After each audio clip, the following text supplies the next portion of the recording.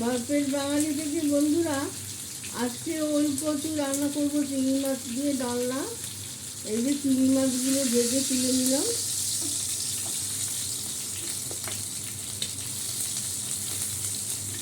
যেখানে বলবে সেটাই অমৃত। একটু জলের পোকা, তা হলেও ওর স্বাদ অন্য, দারুণ স্বাদ। এই যে জিরে ফোড়ন দিলাম, তেজপাতা দিয়ে দিলাম, টমেটো কাঁচা লঙ্কাও দিয়ে দিলাম,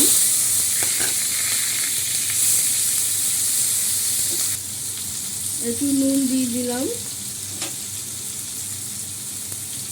আদা বাটা দিয়ে দিলাম,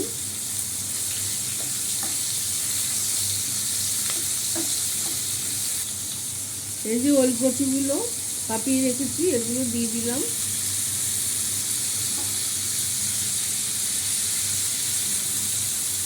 একটু হলুদ দিয়ে নুন দিয়ে ভাপিয়ে রেখেছি।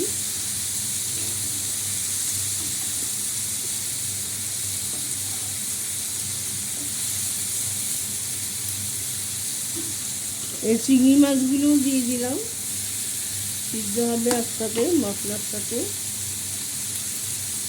হলুদ গুঁড়ো আর দিতে হবে না, একটু লঙ্কা গুঁড়ো দিয়ে দিই, একটু লঙ্কা গুঁড়ো দিয়ে দিলাম।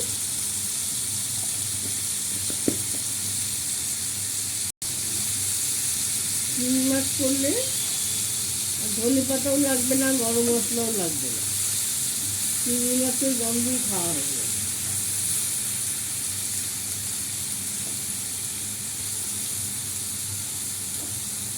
জল দিয়ে দিচ্ছি, সব সিদ্ধ হবে। লাইক শেয়ার কমেন্টস করে দেবেন।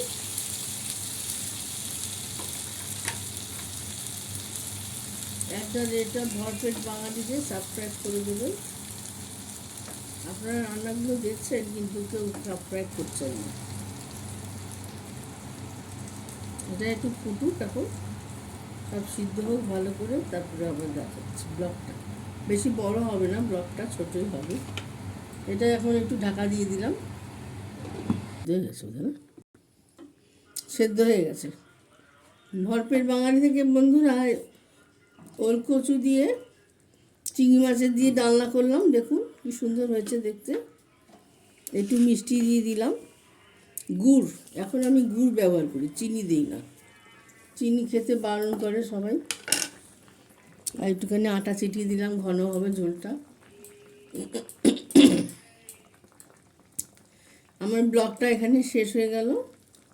কমেন্টস করবেন, লাইক শেয়ার কমেন্টস করবেন।